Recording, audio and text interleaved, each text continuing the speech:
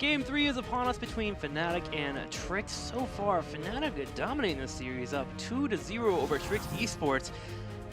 Is Trick Esports in a spot where the coordination is good enough here to get a win on Fnatic going into Game 3? I honestly doubt it.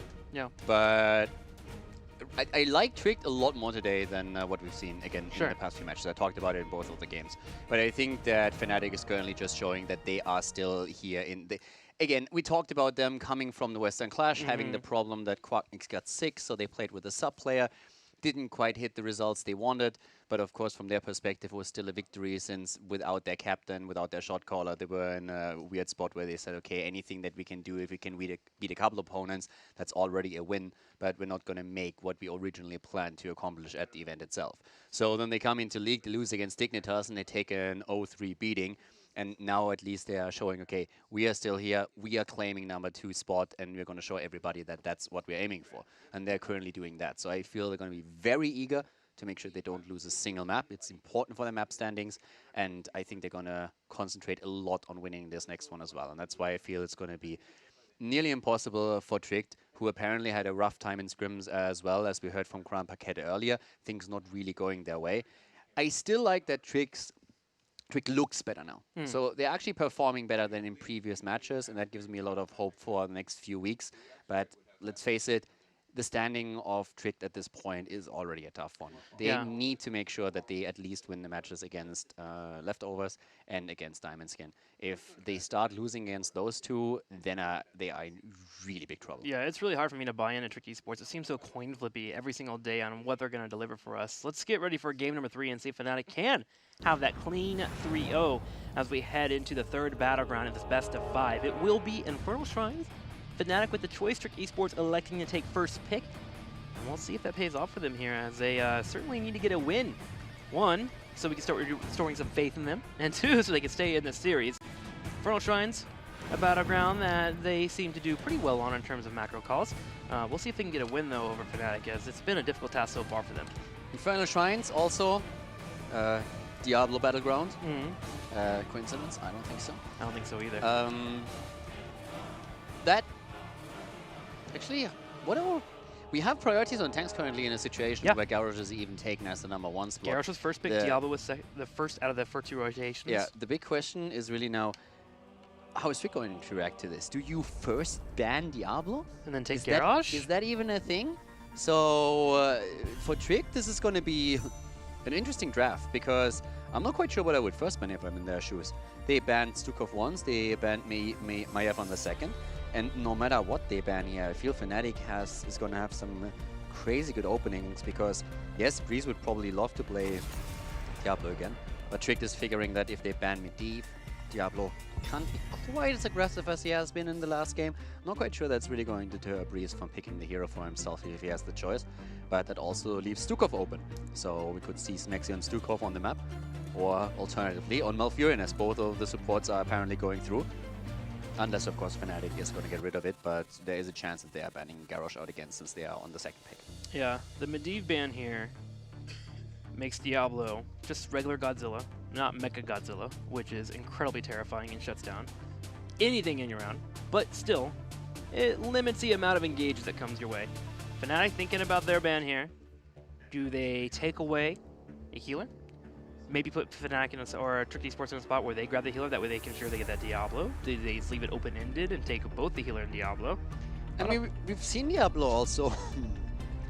And a lot of other maps? Yeah, by Dignitas with the Tazza composition, and that was also in Infernal Shrines. So that's still something that you can absolutely pull off. One of the big advantages that Breeze had in the last game is that not only did he have the portal available, but also the shield that Medivh can throw out kept him alive even more. So he basically couldn't die. Now if you try to play this with the Tazza composition, you can also do that. Because always with the thought in mind that, as it now happened, Trick actually picks Garrosh first. Because that's one of the problems when you're starting to pick Diablo. if you have nobody else that helps you, let's say, for example, we have laid it up. If Fnatic, for example, picks Diablo, Trick still gets their hands on Tychus, then all of a sudden you are in a spot where, yes, Diablo is absolutely frightening in the positions where he's at, but if he's ever thrown into the team, then all of a sudden Tychus just gets the full minigun off, and there's a very good chance that Diablo actually falls. If in that setup then you also have Tassadar available, as we've seen Dignitas play, you still get the extra armor in and the shield, which makes it very tricky for your opponent to get that. So that's one of the things that you can at least think about. You don't have to, but Dignitas has already shown that it's definitely an option. And with that being said, Fnatic may not even go down the route of Diablo. Maybe we'll get a Johanna instead. So for now, they're going to leave open their warrior choice, and they're going to decide what they want to pick up later on. They move into Genji and Malfurion for their 1 and 2. 1, taking around the Malfurion so they don't have that Garrosh combo into a lockdown if Diablo were to get picked later on to lock him down. And now Trick Esports will show if they are wanting to move into Tychus, which may put Fnatic in a situation where they go down a different tank route later on. Sonya Stukov? I would pick that over Tychus right now. Yeah? I mean, you really want to go into Stukov normally, unless you're absolutely okay playing a Rega or something else, because Fnatic would most likely ban Stukov out if it's not picked now.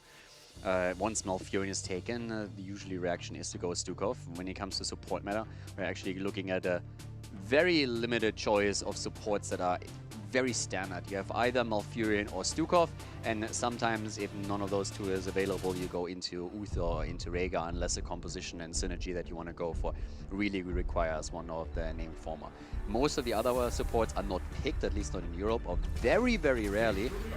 And they go into Stukov, but instead of going for Sonya right away, they go for Gul'dan, which works very well for the map, works very well for them, and also takes another potential tool away from Fnatic.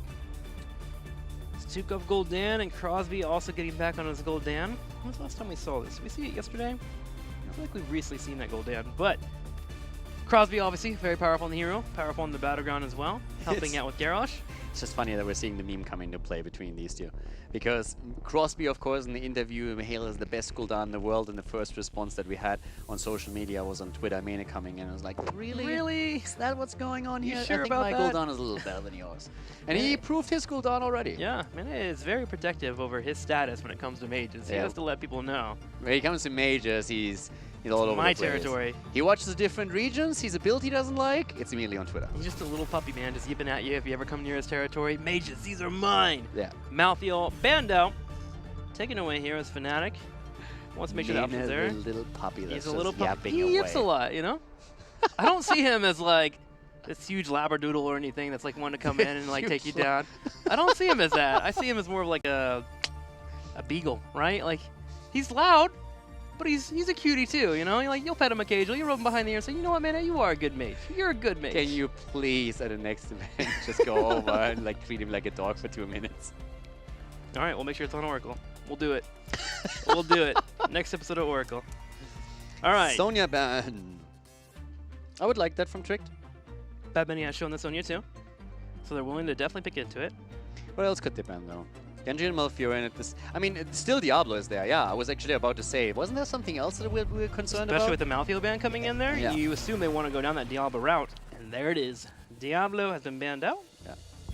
And we will not be getting him, but we could now get that Sonya. I looked at that Sonya, I was just like, yeah, that makes a lot of sense. And I was like, wait a second, wasn't there something else we were talking about just a minute ago? For an entire game, post-16? Yeah. Okay, so feels like Sonya is going to be the way we go into this. And then we're going to need our main tank. There are other options available. The Muradin's still up. Usually you want a tank that has a little bit of mobility against Garrosh, or of course a Johanna, because of the Iron Skin. So those are the two that kind of jump up to me as the first flavor. But with it being Fnatic, and although we haven't seen it in a while, there is always still a chance on this battleground we get that Anubarak, because they're always willing to go in for the Cocoon engage. I doubt Anubarak. I doubt it too. Because normally when they play Anubarak, they want to have something along the lines of Stuko with them, and also like real burst damage that they can use to really follow up on quick kills. It's also something that was more so their style when Greymane was really heavy in the meta, so they could use Cursed Bullet or whatever to go straight for an insta-kill. So that's why I'm not quite sold on the idea on that. ETC and Sonya. This is actually a question that I had, if they would try and pull ETC out. And I said it for a very specific reason. When Garrosh came out, one of the reasons why he was not really accepted in Europe as a high meta pick, one of the reasons was that ETC was back then extremely popular as a tank. And ETC, in the opinion of the European players at least, had heavy counter potential to anything that Garrosh did, because every time that Garrosh would be out of position because of his lack of mobility, you could immediately punish him. And this is something that we haven't really seen yet since Garrosh made it back into the meta now with the changes to the meta itself. But with Fnatic not picking Diablo early, you can really already tell that they were absolutely willing to say, hey, if Trick wants to ban him out, that's totally fine. And they of course already saw that Garrosh was picked. So for me, the question was really, what's going to be that front line? And I was kind of curious if they would maybe try and use ETC here, since it's for once it's like one of Breeze's key heroes as well. And it's also a hero where they stated in the past that they feel he will do very well against Garrosh if played properly. The zest that scares me, though, is that Stukov. That silence is always terrifying against ETC because he does have a small health bar and you're not able to get that armor on his trait. So we'll watch and see how Breeze intends to play around that as Blaze and actually Ariel comes in for that 5th pick. So we have double support for Tricked Esports. Gonna have that hope being generated by Gul'dan. He'll be the main damage here for Tricked. That is an interesting setup. That is an interesting setup. An oldie. That's not really an oldie. I don't think I've ever seen that double support combo. Have we? Yeah, Stukov wasn't as popular during the double support like Stukov, Oriel, Gul'dan, the only main damage dealer. I guess Oriel is really going to play a lot around the whip in this game. She whips her hope back and forth. I mean, you have a lot of really good spots where you can get that stun in, so that would work, and you can also control Sonya a lot better with it. That's actually where they they used it once, and that worked really well. And back then the idea was to use it against Garrosh before he's able to go in and set a flip in. That was on Tournament Spider Queen. Min is going to get Hanzo. Hanzo, the Shimada brothers here. Genji, Hanzo, and Sonya, so damage is definitely plentiful here for Fnatic. Also Mercenary control. Mercenary control, great. Yeah, Scatter Arrow. Is it enough? Will the solo Gul'dan and the Garrosh tossing targets into that Gul'dan be enough? I mean, I'm just really interested in the Oriel and Stukov composition. I'm just curious. I really just want to see this. You have there's a lot of CC or controller displacement. Garrosh has some. You have the silence. You have Horrify. Plays as a jet propulsion, and Oriel, of course, with the whip can really get some damage out there. Oh, well, maybe not damage, but at least get positional advantage for them. Can get a stun into the wall, so that helps. But keep Sonya away. If you can get a stun on Genji out of his deflect, that's always good too. Could work out. It's a really interesting setup. I want to see how this works out for them. It's just a matter of could versus should. Can they break down Fnatic here? Let's go ahead and go into it. Now we set up for game number 3, Infernal Shrines. Shimada Bros plus a Sonya facing off against a double support composition featuring Ariel and Stukov. Game on as we are heading into the 3rd and potentially the last game of the series. Tricked us down 2 games, and they need to start a comeback here if they want to keep in it. To the left side, Crosby on Gul'dan, Alex the Pro G on Blaze. We have Ramabala on Garrosh, Make on Oriel, and Gran Paquete on the main support on Stukov. On the right side in the red, Breeze playing ETC, Bad Biddy on Sonya, Mene on Hanzo, Quacknix on Genji, and Smexy playing Malfurion. Gonna be looking for Breeze to be aggressive, position behind his opponents, go for those flanks, get those power slides, and serve kills up to Fnatic. Yeah, one of the go-tos is, of course, that you only power slide in if you're really guaranteed to get a lot of value out of it, and that's mostly the case if you have the immediate Malfurion follow-up and you can try and drop the target. Usually, Breeze is pretty stingy with his power slides and uses them mainly to power slide out of a position and away into his own team, so that's what we can look for on his part. But yeah, with the camp control that they have, I'm really curious to see how Fnatic is going to do with the mercenaries once they spawn on the map. If they're trying to aggressively bait later on in the game, and how they're going to run this. And this is one of the aspects that worries me a bit for Trick, because I think if played correctly, Fnatic can set up really nice lane pressure around every single objective that spawns on the map. One would assume so. And hang on, Rivergo's actually in against Quacknix, but Quacknix turned this around and they jump us off of Cosby and they delete him. Fnatic realizing the only strength for Tricked Esports in terms of damage is that Gul'dan, and they just put everything into him, take him out, and they secure 2 kills. That didn't work. Trick going in and trying to set something up and maybe drop Genji there, and that little move turned against them quickly. I just had a vision of Alex sitting on his computer, and he has a buzzer that whenever they play a composition that doesn't work, and he just slams that buzzer, and that means, okay, we're not playing this again. Thanks to your sound. Oh, man. No, I mean, that was pretty brutal, and you could already see how this thing exactly is stacking up. I mean, we oftentimes talk about CC chains, and that was a perfect example of an ETC power slide into the Malfurion route. Sure. And then you have the damage output right there, and it was just a bit too much. Trick didn't really know how much they bargained for here when they went in, and that was the biggest problem. It's also, I mean, it's already a bit of an impactful start here for Fnatic, since yes, it's only 2 kills, but that's still something this early on that gives them now a slight advantage. They have a bit more map control, they could push the lanes out. It's a bit more experience for them and allowed them the time to also go for all the camps a little bit earlier. But it's really coming down to Breeze just hiding in these bushes and waiting for opportunities and waiting for the opponents to come through. Speaking of hiding in a bush, Breeze already controlling this area here. Alex even coming down from the top lane to maybe help out with a fight. Getting kind of low on health as he gets chunked down. There's the Detainment Strike into a Jet Propulsion, into an EGC being locked down. He still has the power slide though. He's going to hit the Gul'dan. Can Breeze get out? Barely staying alive, but eventually will fall as Trick's 5-man gang comes in and gets a kill. But Grandpa Kid, he was close to falling too. Yeah, Grandpa was actually really low, but this time they get the kill and Breeze goes down. But you could really tell here how long he was holding that power slide. So he nearly got out of the situation, even though they didn't realize how many players were actually there. And because he's able to, or willing to just wait so long to make his final move then, he oftentimes is able to escape out of these situations. When it comes to builds, by the way, I quickly want to point out that we have Strangling Vines actually taken here. So against the double support, this is something where Malfurion with Mexi made an adjustment in his build now. Yep, trying to stop all the healing there by 30% for 2 seconds. So if you're able to find that target, get that power slide into a root, kill the Gul'dan. That's how you delete him while they're not able to keep him alive. And I mean, you have to think about how this works. Normally on this map, we see him a lot with deep roots just to control these entrance points towards the shrines. But if you go up against a double support and you really want to drop that target where ETC goes in and you have the root on the ground, Strangling Vines is of course fantastic to make sure that double support are not able to just sustain them through the damage onslaught that they're facing.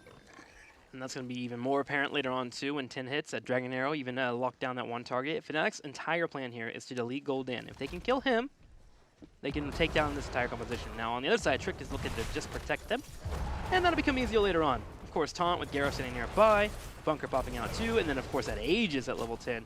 They'll have some tools to make sure Gul'dan is able to survive the onslaught of Fnatic. For now, Fnatic has to deal with his Punishers pushing in, and this fort is actually getting chucked down pretty quickly. Yeah, and now Malfurion is also getting chunked down, and if Ramabola would have hit this one, then Smexy might have even fallen here. But now Crosby is again in trouble, and here comes ETC. That's 1 kill, and of course the immediate reset for Genji as they are moving in and trying to make it at least the double. Marke is currently the person, the power slide soon. And another quick push, and that's the end of Oreo. Fnatic takes a high kit experience and jumps up as they move up to level 8. They also defend the Punisher. Their fort is kind of low, so Trick can look to grab that experience in the top right later on.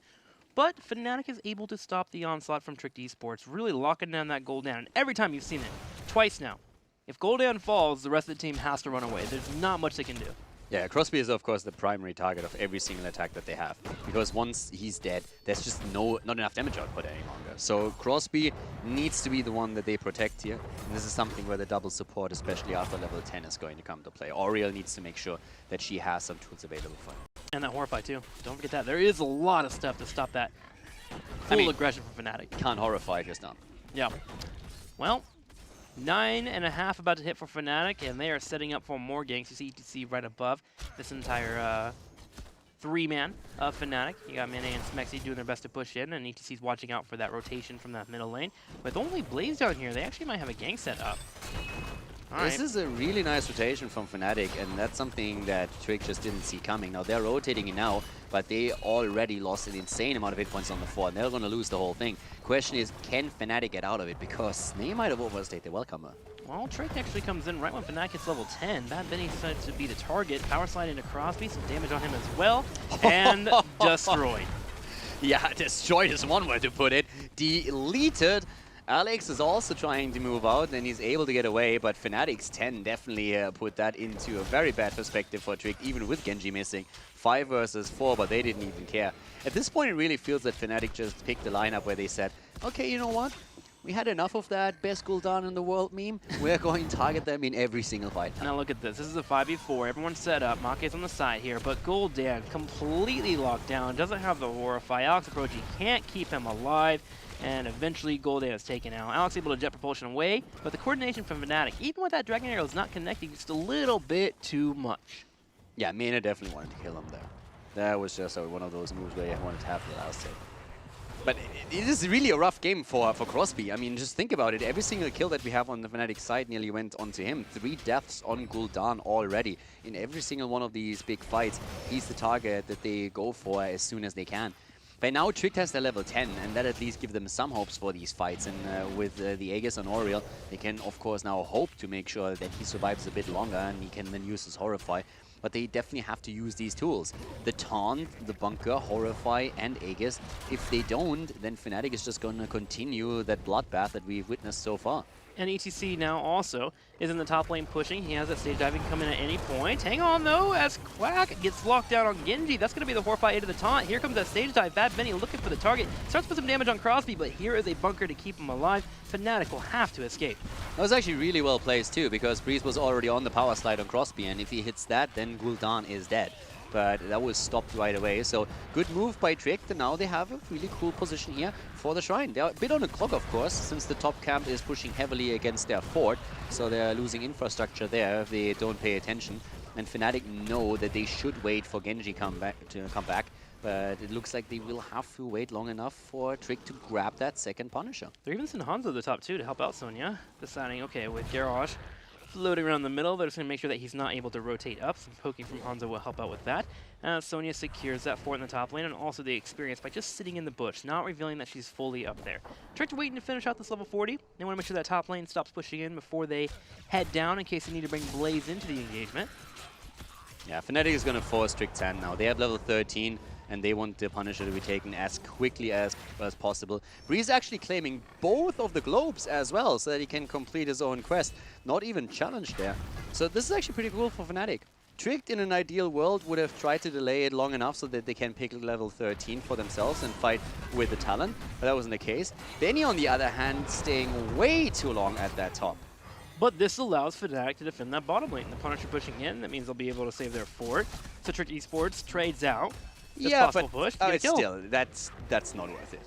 I mean, that's not why he stayed there. That was definitely him just being there way too long. Trick didn't want to fight in the first place. They don't have level 13, so they didn't want to go in that position. And the fort has already fallen. I mean, at that point, you really have to call out that Benny was just out of position. Bad Benny getting picked on, unfortunately, and Trick Esports will hit level 13. Going to have all 5 of them up. Lays heading with his top lane. And this is where level 13 starts to get a little bit scary. There's 3 levels away from that Echo Corruption that you see from that Gul'dan. Hang on. Rimmer goes in for a taunt. Malfurion locks him down with the stage dive from Breeze coming in and providing a little bit of heals too with those groupies. Body blocks again coming through. Okay.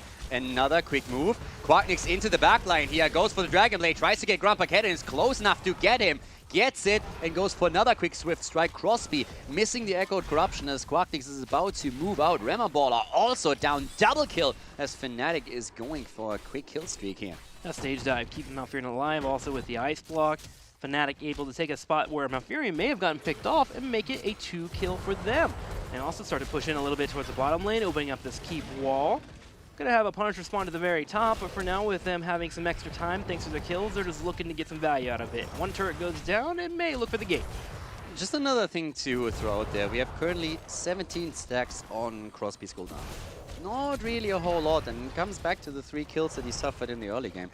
So he didn't get a lot of chances to actually get stacking going for himself. So Echoed Corruption in the near future should not be something that Fnatic has to be worried about. So that's definitely good for them. And at this point, they have taken a significant lead in experience. We have level 14 just now reached for Trick Esports. 15.5 roughly for Fnatic. So half a level before level 16. And that puts them in a really cool spot once that they get their talent. They can be a lot more dominant on the map here.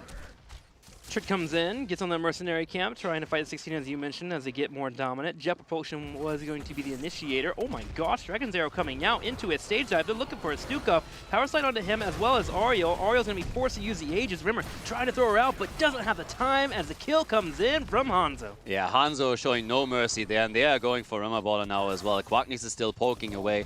Not quite sure if they can really get that. And with Stukov having the heads-up play here and the lurking arm on the ground, they don't dare chasing into it. But still, that was a good kill. And also, something that you couldn't really predict at that point. It was just like an Hanzo arrow, really well placed, and a stage dive follow-up with Quacknix dishing in.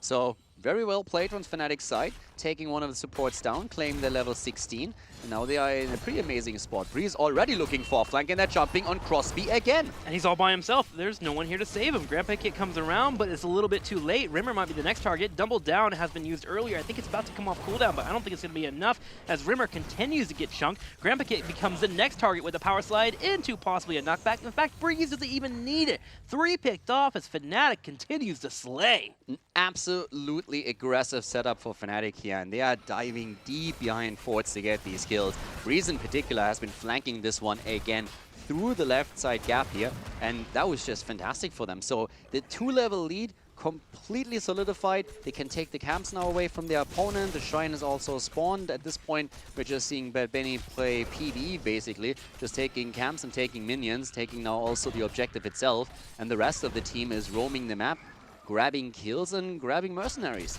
Really love this move here. Grabbing the night camp, big minion wave coming in, sieging down this top lane before Trick Esports even at level 16, has Sonya only on top of that shrine, just pushing every small advantage they have, and this time they actually have a big advantage. And the moment Trick Esports shows up to defend it, they can run in the middle and soak that wave while they wait for Sonya to finish the shrine. Fnatic doing everything right. Textbook play so far of ending this game. Yeah, Alex needs to get out of here. He's not. Yeah. Yeah, this is bad news for Alex. He's in trouble and knows that. Yeah. It was actually a smart move of him trying to get up, but Breeze is saying, like, dude, I have a global. You have no chance here. Trick comes in, though. Let's see if they can actually save him. There is a 5 versus 4, and they have level 16. So, yeah, works out for now. Cooldown straighted. Stage dive against Bunker. Went better for Trick than expected, thanks to the level 16 talent in their hands. Fnatic is not really willing to fight this. And they, of course, still had Sonya up at the top. Bunker still used though, down for about 20 seconds. Trick while they're down here might as well get a fort. And at least they have an even talent here against their opponent, as finally the Punisher is finished off as Sonya concludes it, with the rest of Fnatic heading towards his top lane. That actually worked out really well for Trick. That it did. They just got a free fort. That's basically, like, the net amount of this was Trick getting a free fort. Some cooldowns traded, nothing major, and then they get a free fort. They would have to defend against the Punisher anyways, and now let's see if they can. Crosby's immediately pressured. Bad Benny already a bit deep here, needs to be careful. Team comes in, Horrify has been used, but that didn't yield them a lot. Yep, Breeze stepping up, dropping that power slide, or at least a knockback to make sure that no one did move in on that Sonya. Bad Benny with that Wrath up, also staying very healthy as they focus down this keep. They're trying to find a target to kill, but Rimmer's able to toss a Blaze towards the middle of the keep and keep him alive. And Fnatic, a little bit of aggression, open up this keep and back away. Yeah, Mena still chunking away. He's done a ton of damage in this game here already. Breeze with the power slide out. Still Trick with the chase, trying to see if they can grab a kill here, if they can isolate someone. But Fnatic methodically moving back Mena from the side, angling actually to see if he can go for Gul'dan or maybe Oriel. Looking for it, but nothing available, especially with no Dragon's Arrow for another 20 seconds. Fnatic chunking where they can, but eventually have to pull away with that bottom lane pushing in. I guess an HGC over there. He'll have a stage dive back, so he'll be able to defend. Fnatic scouts out that Trick Esports is looking for this fight. They are running across the map, trying to see if they can catch a Malfurion. The problem is that Breeze is already waiting there, and soon enough, all the cooldowns are ready for them. They're gonna go for this fight. They're actually thinking about moving in. Fnatic playing smart. Yeah. It's a little bit too hard in this choke. Having the Horrify available, Garrosh controlling the front line. You could Bunker. see though that. Wait a minute, Bad Benny. Ooh, barely sidestepping that Jet Propulsion. Oh, Horrify, and now that could be a dead Sonya. Sonya with a spin to win, but she is down. Bad Benny, dead. Crosby making the play here, able to get the Horrify through, and now they have to back off. Breeze is already on the move. Mena dropping the vision, and he needs to make sure that he gets away from this one. Well, he's trying to also delay too, because look at the top lane. Catapults are starting to group up. Yeah, still a bit of time there for Trick, but still, they're just trying to get out of here. Mena might have some trouble. Okay, using the trade once again, jumping back here, and here comes Smexy with the root. So at this point, Trick is not going to be able to make this work. The entire time, just shots fired to make sure that anybody who mounts up on the side of Trick Esports is immediately unmounted. Also buying some time for Sonya, of course, to come back. But now Tricked in the 5 versus 4 position they find themselves in. Easily take this camp to the top right. They will have to defend the top lane, as we talked about. But the bigger problem is that Fnatic around the next objective is going to have level 20 advantage. Yep, Trick clearing that out, taking everything they can before that 20 advantage does hit. Now, so before Sonya is back, she'll be here in about 3 seconds. But meanwhile, Fnatic is spending the time clearing out these lanes and getting that 20 for themselves. Sonya will be able to deal with that Night Camp that was grabbed in the top right lane. And now it's all about this next shrine. Fnatic will have it spawn pretty soon here. Trick's still a level and a half behind. So it looks like they may have to fight around this Punisher phase without a Storm Taunt being available for them. Breeze even looking for a bit of an aggressive play here as he heads to the top left corner, scouting out to see whether or not Trick Esports is nearby, but they do finally see them in the bottom lane as Garrosh shows himself. Yeah, one of the problems that we see for Trick is also that the spawn point is in the middle. So while the wall is still there in the 2 towers, but the keep itself has already taken some damage since they baited the original Punisher from the top lane into the middle earlier to try and take some of the main damage off the top keep and see if they can maybe even defend it. But now we have that level 20, and at that point, of course, you are starting to really struggle in any kind of 5 versus 5 setup. You don't really want to fight that. Arcane Punisher 2, just as deadly. Fnatic can go ahead and start clearing it out, and Trick Esports looks like they actually want to contest with this area. At least try and steal away a few of these minions and see what they can get. If they can get a lucky fortify on a target and burn them down, that could be helpful for them. Now it's Prodigy and Rimmer controlling that front line. Sony gets dropped down. Here comes the arrow. Gonna have also the stage dive coming in. Big Aegis being popped. Grandpa Kit trying to stay alive, but he is locked down by the root, and Pancakes will get the kill. The silence was strong, and now there's the double as Gul'dan goes down. Stukov and Gul'dan both dead. Remabola is low, and Make is also history.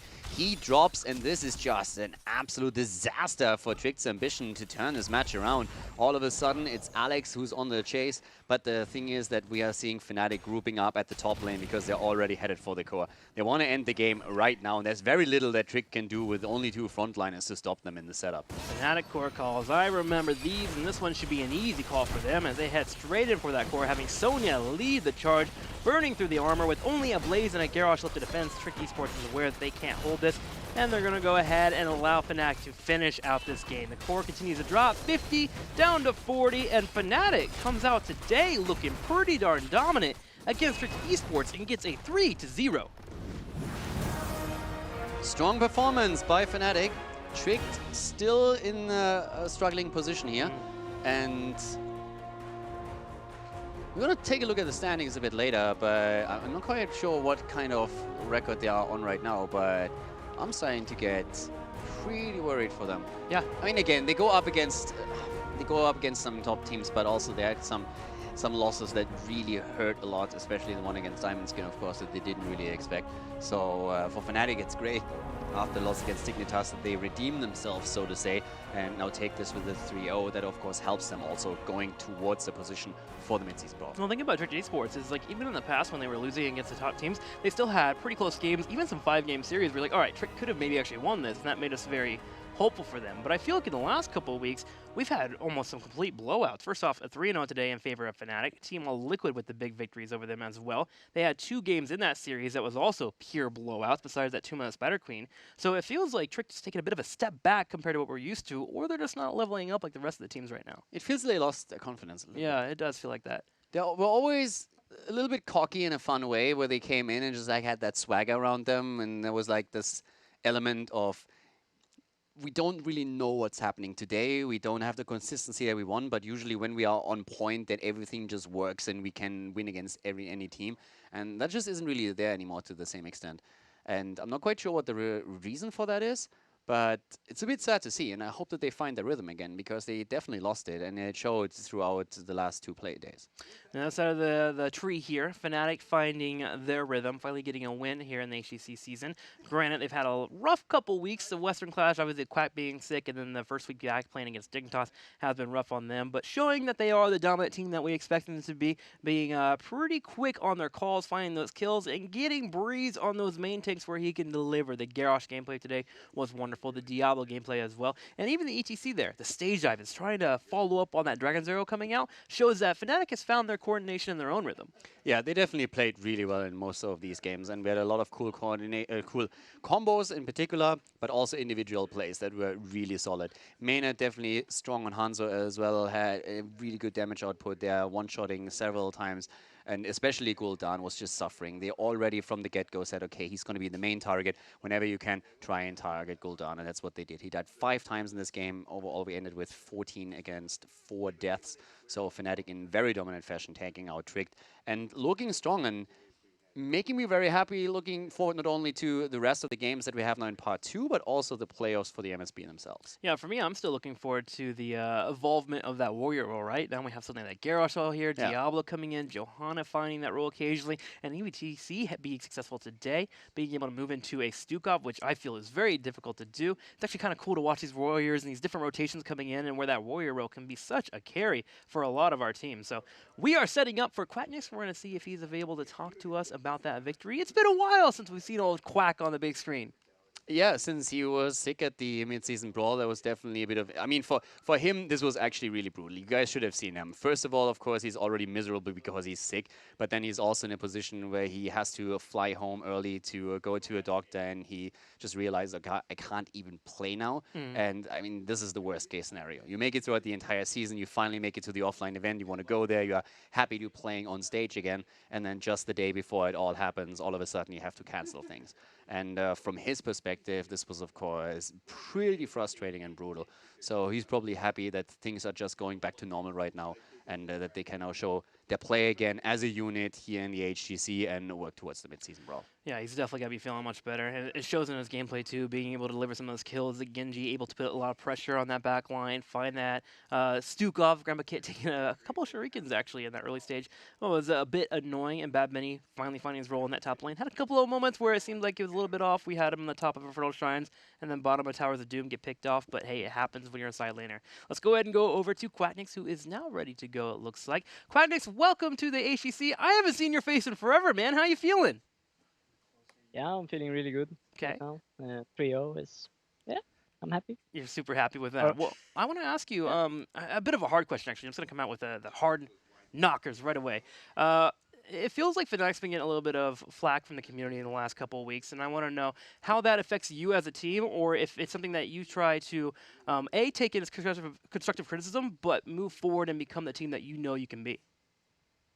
I mean, for me personally, it's not a lot about what others think, because obviously, like, most people don't really have a clue or understanding of what's actually going on. But yeah, like, living up to the expectations, we maybe failed to deliver, and like not necessarily living up to our own expectations. But hey, that's the reality now. So we just have to work from the fact that, yeah, we are at this, like, we're in this situation right now. So we just have to work forward from there, because we know we can be a top 3 team for sure, and that's where I see us. How close are you? Everything out. How close are you to your expectations now, do you think, of being that top 3 team? I mean, like, we obviously have a good shot still, and we're not in a bad spot, right? Because we're still 6-3 now, but like, I think Trick, Method, and the Silos are gonna be really hard. But you know, if we can win them, if we keep improving going forward as we're doing right now, like, yeah, we should be there. Awesome. Over to Caldor. So first of all, congratulations. We talked a little bit about how you could not play at the Western Clash, and I just wanted to hear in your own words what that. I mean, this must have been pretty hard for you, qualifying for the event, then not actually playing there, having to watch it from home. You guys couldn't really go on the international stage as a team, as 5, and then play against North America and just like try and go for the entire tournament win. Then you come back in the first week, you have Dignitas as your first opponent, and it's a pretty hard loss. What was that like for you? What was that? What did that do to your confidence? Did that boost it in some way that you said, okay, now I just want to show everybody what we can actually do, or was it a pretty hard to deal with that? I mean, it was really hard to deal with it, like, because I actually fought for the first time in a very long time. We were starting to get in a really good shape, like we had a consistent good level, you know. So I think we had a chance at actually winning that event. So that sucked, first of all. And then, you know, like, having to go home from the actual event and just laying in my bed because I'm sick and can't do anything, it was really rough as well.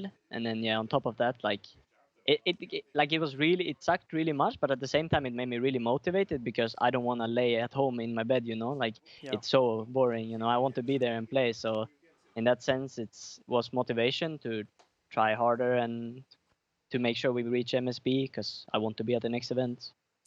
What do you think about the current meta right now? Is that something that plays into your hands? We heard Breeze talk last week about how he feels that a lot of the responsibility now in making plays is on his shoulders because the meta really caters towards his tank pools and his priorities in tanks? Or is that something where you say that doesn't really play a big role for you guys? I think the meta right now is like everybody can like has their own style of it, which I think is really interesting and good. So I like how I mean, it's not really super diverse. You still see the same heroes, right? But like every team still has their own take on the meta, which I really like. And then for us, I mean, it's really good in the way that you described that Garage, Diablo are like super highly prioritized in general. They're the playmaking tanks in this meta. So that's a big up for us, you know, if we capitalize on it. Are you Since happy we with have the Briscoe. sorry? Yeah, are you happy with the progress that you guys have been making so far? Again, becoming back to like the games against Dignitas, for example, we all said that you look good in those games, but of course you didn't get the wins that you needed. And if you just take the time from after the Western Clash, where you were 100% again, where the team had a little bit of a break, do you think that in that time when you started scrimming up to where you are right now with this 3-0 victory over Tricked, that the progression is where you want it to be? Yes and no. Like I think we are progressing in the right way for sure, but we still have like a lot of like we have some struggles that we need to deal with first of all. But when we can deal with that, like we will improve super much this time around, I think. So we just gotta make sure we don't stay in like an evil circle, and just like can learn from the mistakes and move forward. All right, awesome. And yeah, like the games versus Dignitas last week, and as you said, like despite it being 3-0, I think it could have looked completely different, as we should have probably won the 2 second games. I'm definitely excited to see the next matches that you guys play. So yeah, thank you very much. Well, Quack, some rough questions from us to you. So let's go ahead and try and end this interview on a bit of a high energy note. The Quack stash, is that going to become a thing? Is that a thing? High energy, you say? First of all, let me just bring out the highest energy on the market out there. So for you guys that are a little bit of thirsty at home, you know, this is the bad boy to go buy, and it's super cheap. What a layup trick. Sorry, what were you Perfect. saying? I'm asking about your Quack stash, man. This facial hair growing in there. Are you gonna? Are we gonna come back with a full mustache? No, it doesn't grow more than this. This is like, sadly, it's like 4 or 5 days without shaving, and it looks like this. And you know, sometimes I'm just too lazy to shave it because Dang, man. I was you hoping know, we get the I'm Quack just sitting at stash. home playing. No. I mean, Alright. maybe when I can grow it a little bit more, like you, like an actual stash, you know, then we can try it and see how it looks. But The secret is it's- to commit. Just commit, man. Let's go ahead and commit to Yeah, shoutouts as well here, Quack, as we're gonna go ahead and let you go now. Yeah, for sure. I just want to ask Calder, do you have any hair tips like that as well? Oh, dude, like You said commit. I have a lot. Like I can tell you about them pretty soon. The next time we talk, I can give Check you a in couple of tomorrow. secrets. Okay, perfect. No, so shout out to my team. We did really good today in general, and hopefully we do the same tomorrow. Shout out to Twitch chat, even though you're really mean sometimes to people. Like, you're pretty funny in general, so I appreciate you. And then obviously shout out to all of our sponsor, and you know, the biggest shout out is always going to this bad boy. Woo! We miss Quack I'm and done. his shoutouts. That's going to be it here as Fnatic gets a big victory, a 3-0 over Trick Esports. And Finally delivering there. I have to say, there were a lot of people that tried, but Quack is still a #1 sellout. Yeah, You can't beat that. Quack delivers. Yeah, as he always actually does. delivers. Well, we'll be delivering another series to you guys after this commercial break. We'll be right back with more HGC. Joanna, he has survivable tools, but he's got the